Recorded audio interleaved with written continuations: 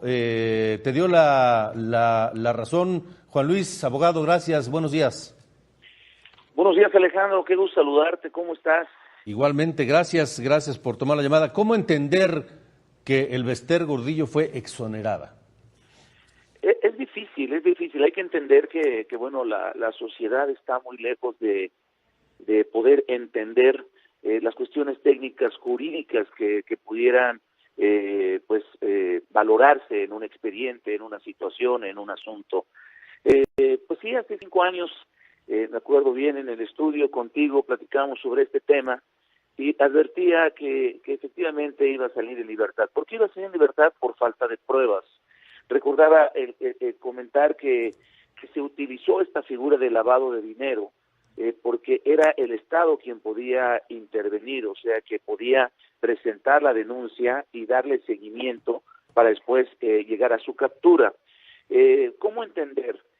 Ayer me comentaban el hecho de que decía gente, es que yo vi los recibos, muchos recibos en donde pues cuotas de los trabajadores se iban a las cuentas del Elbester Gordillo o a cuentas distintas, pero que se recuperaban, que le pedían esa cuota.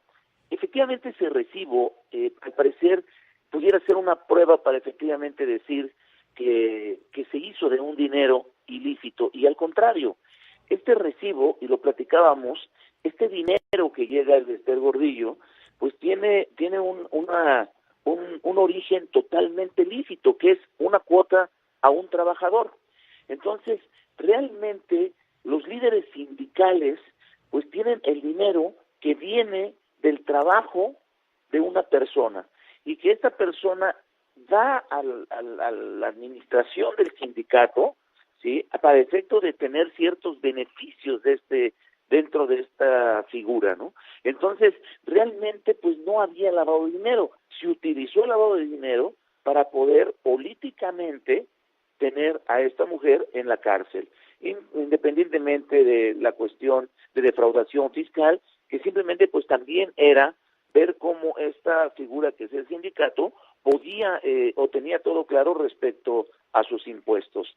¿Por qué no algo que sí podría darse en un líder sindical, que sería la administración fraudulenta, por ejemplo, es decir, aquel que tiene el cuidado de bienes ajenos y que dispone de estos para fines distintos a los que les fue encomendado esta protección, cuidado, ¿sí? Esta figura, pues sí habría una administración fraudulenta, nada más que esta tenía que ser denunciada por el propio sindicato. Uh-huh. Entonces, es obvio que esta detención se da en una mesa política, es decir, es una presa política, uh-huh. Y también es natural que esta liberación, obviamente por una juez, no podemos hablar de amnistía, que es un término totalmente lejano a lo penal, podríamos hablar de indulto, pero no se da un indulto, se da una resolución por una juez donde la exonera, pero también en una mesa política. Es decir, yo me imagino que si el PRI continuara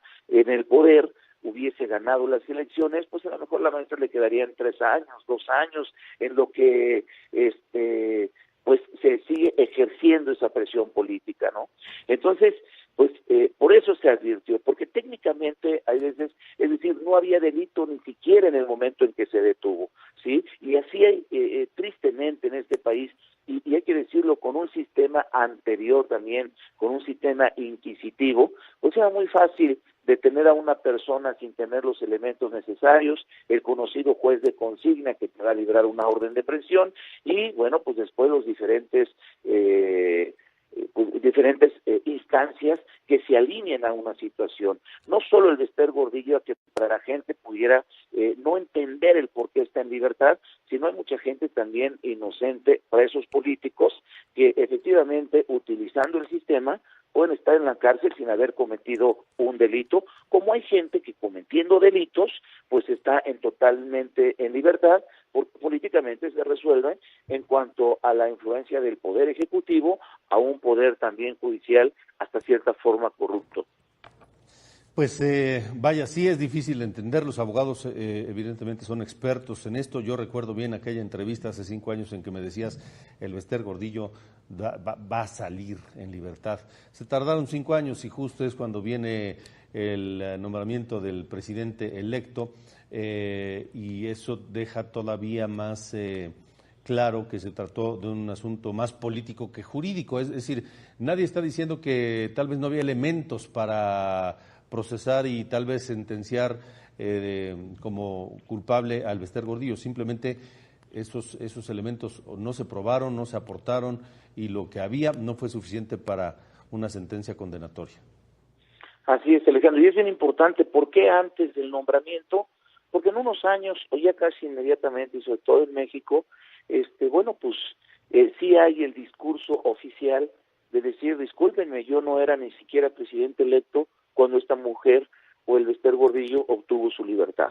Es decir, yo no tenía ni siquiera la influencia. Pues, si nos vamos a cuestiones oficiales, pues obviamente Alvester está en libertad cuando el presidente o la persona que gana las elecciones ni siquiera estaba oficialmente nombrado como presidente electo. Y esto, te digo, en algunos años pues será historia y podrá decirse que no influyó absolutamente nada, cuando pues no solo en este momento histórico se dan situaciones en donde es muy claro para la sociedad que hay negociaciones políticas, que hay corrupción en nuestro país, y pues que sigue siendo parte desde mi muy particular punto de vista, de un paquete de negociación que hubo y que hay normalmente en todo periodo electoral.